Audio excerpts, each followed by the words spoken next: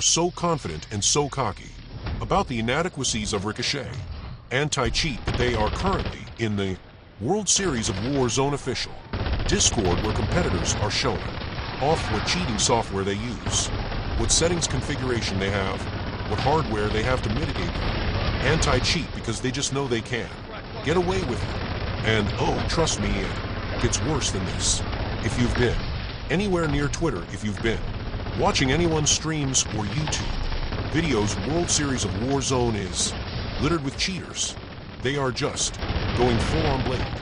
And though you may not care about it, you may not be a competitor yourself, you have to keep in mind this is the premier event for Call of Duty every year.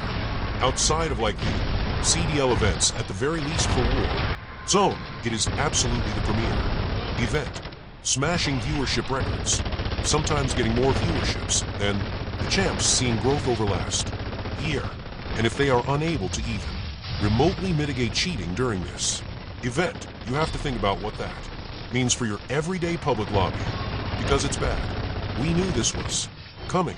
There have been Discord servers of people's, planning to cheat in this event for weeks, and they have done absolutely nothing to mitigate it. Nothing to make the cheaters, lives more difficult. In fact, we'll get into it here in a sec. They've made it pretty dang easy for them to hop in, and they're just all over the place. They're coming from all sorts of different cheater discords. Some of them are trying to hide the fact that they're cheating. Some of them are just out. They're grieving.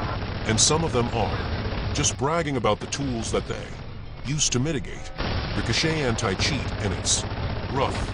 So we got a fun video, kind of laughing in pain at this point. If you're still playing Call of Duty, maybe you can laugh from the sidelines if you quit Call of Duty. But we're going to show some of the clips of people going blatant just so you can see how bad it is out there.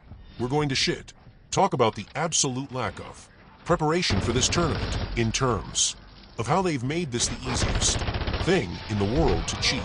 The absolute premier $1 million marketing event. And then we're going to talk about what this means to the future and some of not only content plans for me, but things you should consider for your future of both Call of Duty and gaming in general. It's going to be a fun video. It's kind of going to be a sad video, but let's get into it.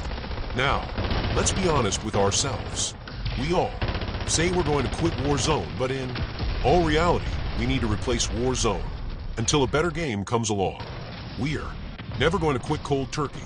We have to replace it with a better upcoming game when that game finally drops. And that's probably pretty similar to